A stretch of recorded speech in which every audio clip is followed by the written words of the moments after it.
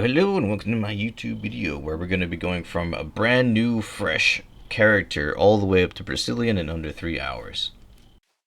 And the weapon we're going to be using for this run is going to be the battle braces. In order to unlock it from a fresh character, first we need to, we use the tier 1 broadsword, and when we get our second tier weapons, we have to take the broadsword again.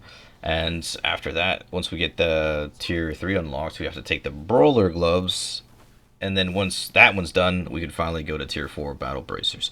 As for the rest of the gear, we're going to be using the assassin jacket. So at tier 2 and tier 3, we're going to be using the mercenary until we unlock the tier 4. Then we can go to the assassin jacket.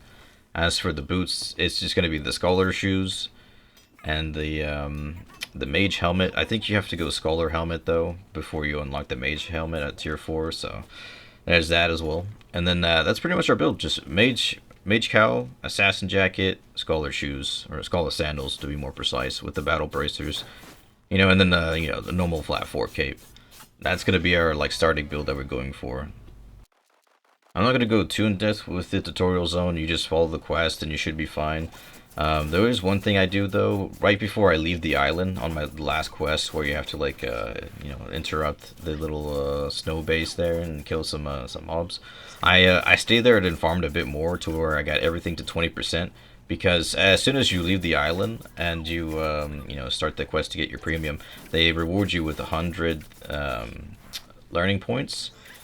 And with everything at 20%, you can use your learning points to get everything to tier 3.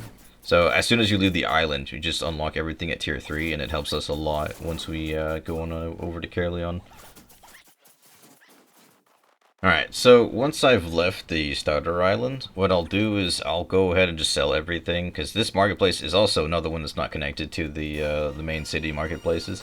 So I sell everything here, and then I just do /die, and it'll spawn me into the capital city, and from there I can just fast travel all the way up to Brecilien.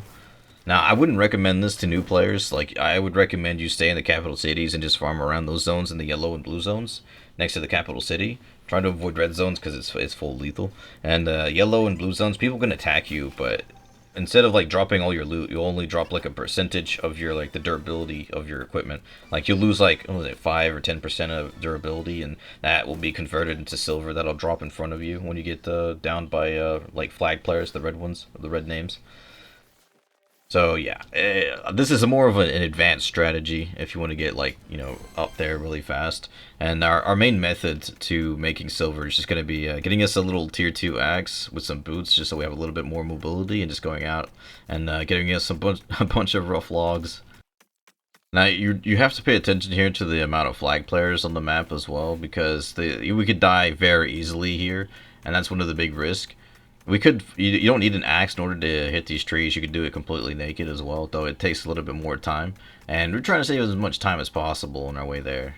And yeah, rough logs is going to be our main method to getting silver. We're going to go straight for a tier 3 set when we have enough silver for it. The best way to find out if you have enough silver for something is with the loadout. So when I believe it's L by default. I could be wrong about that. But once you pull up your loadout bars and you set up a tier 3 loadout like I'll do here eventually, you can pull there's a little arrow on the right side that you can see how much the estimated value of that set is worth. So you kind of want to go for that. So mine was around 23,000 silver for my tier 3 set. Just because the brawler gloves, were a little bit more expensive than normal. So especially here in Brecilien, since they don't have access to tier 3 and tier 4.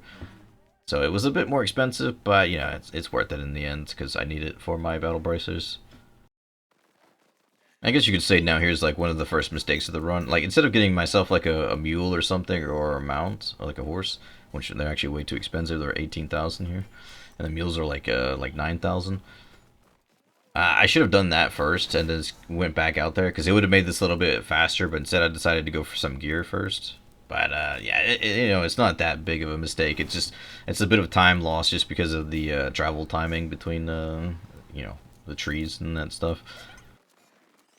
But now that we had some bigger boots, we can actually put it on the passive for carry weight, so we can actually get a bit more. But yeah, if we had a mule, we'd be able to carry even more. A horse, even better. Even an ox would have been really good here too, just to get our like initial money up. And like I said, it's just gonna be rough logs for now until we can actually start killing the mobs. So I need to get another like I was like 12,000 silver here in order to get the actual gloves. And then once I get those, I'll actually start killing some mobs, start to get our fame up there. And one thing to keep in mind is that because it's a fresh character, we don't have the Reaver, we don't have the Master Reaver, which allows us to fight these tier 6 mobs without getting hit as hard. Like, when you don't have the Reaver for it, you're basically getting hit harder and you do less damage to them. So it's going to be a little bit slower for us to clear it, but yeah, you know, I've got quite a bit of experience in this game, so killing these mobs even when I'm like have such a massive debuff is still doable. Another little mistake here that I noticed a bit too late was that I should have gotten some food like roast or something like that, because it would have helped me clear these mobs and keep my health up. But it is what it is, you know. I could have gotten like a stew, an omelet, anything, any kind of food would have really helped here. Even like a soup, just so that I could regenerate faster after combat.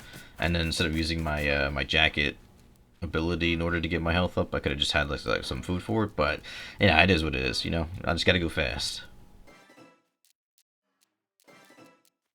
And you notice here that I'm always making my next loadouts. Like here, I'm going to be making the flat 4 loadout for the battle bracers. It's a lot easier to do it this way than having to search the market for each individual item. And it also helps you look at the prices of everything, like your whole set together. Alright, and after killing a couple mobs, getting our fame up there, and I believe with every, like the bigger mobs, it's like 1,000 silver each, you know. So it did take quite a couple mob kills, but it was worth it because the fame definitely helps us. Every little bit of like a spec into our build definitely helps. So, but finally we got our like flat 4 set. We have our battle bracers, the assassin jacket, the mage cowl, and then our scholar shoes, and then we have a cape and a horse as well.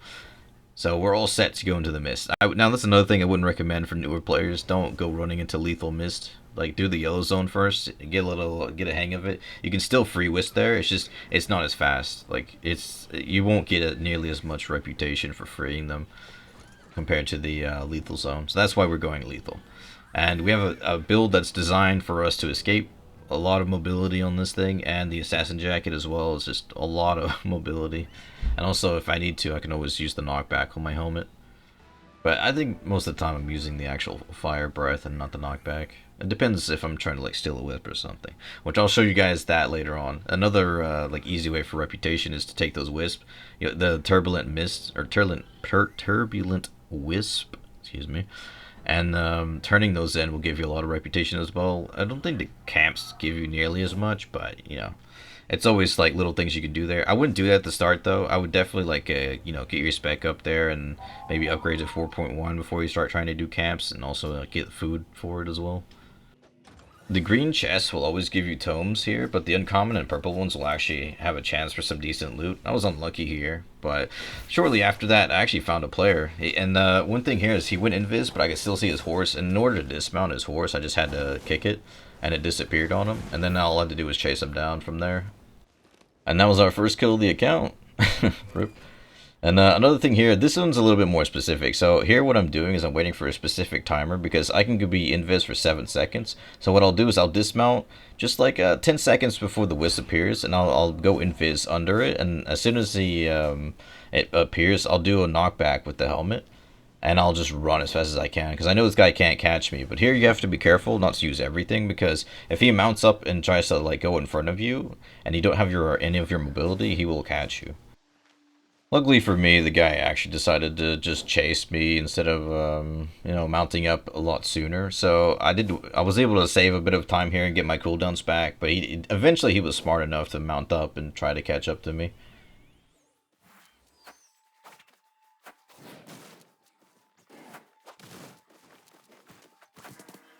Alright, here, by the way, is a big mistake. I should not have been trying to kill a guy. I was like, he dismounted, he had like 5 seconds before he could use any of his abilities. So I was like, I wanted to see how much damage I could do, and I was definitely not doing a lot of damage, so I was just like, yeah, I gotta get out of here.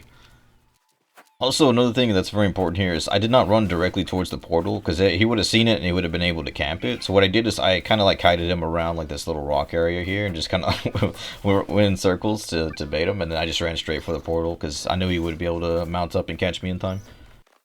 Yeah, and there you go. You got one angry little goblin chasing me. Alright, and here's our second little fight. I was playing music here, so I'm gonna have to mute the rest of the audio, but, you know, my voice should be enough, right? But anyways, here, it's another little fight. I see this guy is was it 5-1 with the one-handed dagger, and the thing is, with one-handed dagger, it's so easy to counter it, because all you have to do is, like, sprint away. Most of the time, just, like, a sprint, he won't be able to get as much hits as soon as he uses his hunter and his E. You know, you just sprint away, and then he won't be able to put enough damage on you, and then you just kind of like, you know, once he uses that, he has no damage, so you just go around and beat the shit out of him. And here I have like invis as well. So the first time I just kind of like you know, sprinted away from him, but the second time he uses his combo, I have my invis to just, you know, let him stand there and hurt himself with his E. Unfortunate for me, there was a little rat lurking around, so I knew I had to kill this guy and like save some mobility to get away from whatever this rat was, because I don't think I inspected him before. But luckily for me, the guy wasn't that mobile. It was a little curse guy.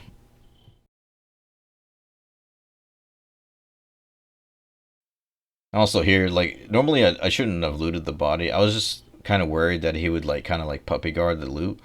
So I looted as much as I could, and then I just, you know, kited him. And one thing, another thing, another little tidbit for you guys is that since he wasn't part of the fight, he's not going to be able to loot the bag for a couple of minutes. So I have plenty of time to, you know, to leave, reset, and come back and potentially fight him if I have to in order to get the rest of the loot. But luckily for me, the guy decided to chase, and I was able to come back and get the rest of it. Now, this bad boy is what you want to see, the Knightfall Abbey. It doesn't give you reputation, at least I don't think it does. But what it will give you is a lot of fame, and it will give you a lot of silver if you're lucky with the chest. With the quality of the chest, if you get any, because sometimes you'll go through like 15 shrines and I got a single, not get a single chest, you know. So it really depends how lucky you are, but you know, when you're lucky, it gets pretty good in here. Also, the abbeys is one of the main reasons I like to take roast. Normally, I would take like an omelet or a stew, but with roast, it actually helps a lot when you're clearing these camps because they do hit pretty hard. And yeah, it's just that much more health you get when you like group them all together and do some big damage. There's also something with the battle braces that's really nice is you have like a pretty good AoE damage. You know, with your Q basically hits multiple targets, your kick on the W hits multiple targets, and your E is a big damage on multiple targets. You know, it's just really good to have. And also, in case there's any bosses, we have a bunch of poison pots. And this blue chest was actually pretty decent. The green one before it, really not that great, but this one, it makes up for it. And right after getting this little buff here, I also get a boss, and this thing is going to give you like the most amount of fame. I believe it gave me like 300,000 fame for killing it. And I know the 11,000 HP looks quite intimidating, but it's pretty easy to dodge his abilities once you know what it is. Like basically you just want to like wait for him to cast his ability and just kind of dash through him or run like between his legs and go behind him. And that's basically the strat during the entire fight, until you hear the sound of the like ignition, I guess you could say it is, like a fire. That's when you know you need to like run away from him because that will hurt a lot if you stay next to him. But other than that, it's like it really is just kiting him, or not kiting him, but like hiding through his legs all the time and just, you know, trying to do as much damage as possible. Just don't get hit because it hurts a lot. And whenever your poison's off cooldown, just toss it at him. That's the whole reason we brought poison pots, is either throwing it at people or throwing it at bosses. And then after that, it should be a pretty easy fight. There you go. It took a while to finally kill him, but that was definitely worth it. And too bad for me the chest was green, which really, it's always a bad sign. Sometimes you get lucky. Sometimes you get some like a tier 8 item out of a green chest, but right here, it's like, that wasn't the case. Something you could do if you're really confident like I am. The fact that I know I can kind of outrun everyone here is like, I might as well try to grab the chest, you know? Because a lot of people are too scared to like dismount on it because they're, you know, they're afraid of losing their gear, but not us. And because of that, we get ourselves a free little green chest. It wasn't really worth that much, but it's still free nonetheless. And here we actually managed to snag ourselves a little epic mist, and you know, we saw a guy trying to clear a camp. You know, he used some of his abilities, so I knew it was my time to shine.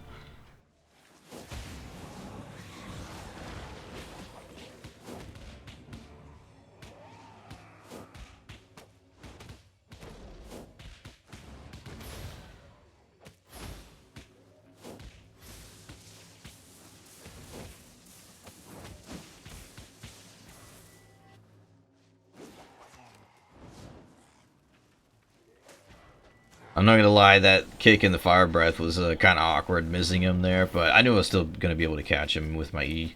and my sprint. But it was not bad. Another juicy kill to the list. Also, something that's great about finding these epic myths is that it could be the tier 7 or tier 8, and the higher the tier, the more reputation you'll get for doing the camps or clearing objectives and freeing the wisps. So I was definitely freeing as much as I could here, and I actually got enough to unlock Brecilien. And now that we have Brecilien unlocked, I'm just going to sell everything here in Caerleon and even my current equipment so I can fast travel to a capital city, like Sterling, for example. And from there, I'll just buy myself another set, like another 4-1 set, and I'll just go into the yellow zone and just pop open to Whist so I can eventually find the portal in there. It's the best way to do it. It's just the non-lethal. I don't know why, but it spawns more non-lethal than it does in the normal one. So yeah, best way to do it. Just run around the yellow zone, and whenever you see a wisp, just pop your head in there. If you don't see something, just pop back out, and then look for another one. And this part is pretty much just RNG. Like, there's a good chance you'll find it, but like you might even get it in your first little yellow zone wisp. But sometimes it'll take you like a good 10 or 20 if you're really, really unlucky. But after, was it like 4 wisps, I was actually able to get one on my 5th try, and then I finally got to find a little Brecilien portal. And basically, it's hard to explain what the actual portal looks like. It's just like, white in the middle, a little bit of purplish on the edges. You could look at it here at what it looks like. And all you got to do to unlock Brecilien is just walk through that portal, and you have it unlocked. You can now fast travel to it from any of the capital cities. You can fast travel it from anywhere if you're completely naked, but if you want to you can actually bring some gear over from the other capital cities other than Caerleon. You can do it from like Fort Starling, for example, or Limhurst or Martlock. You can actually bring your gear over. It will cost you a bit of tax in order, like transport fees, in order to get there with your gear, but it's definitely worth it because some of the prices in Brecilien can be outrageous. So yeah, and there you go. We made it to Brecilien under 3 hours, and we got 3 kills along the way. Didn't die a single time, and we also made a couple 100,000 silver along the way as well. So that was a pretty good run. I hope you guys enjoyed, and I hope it was useful for you guys, and I'll catch you in the next one.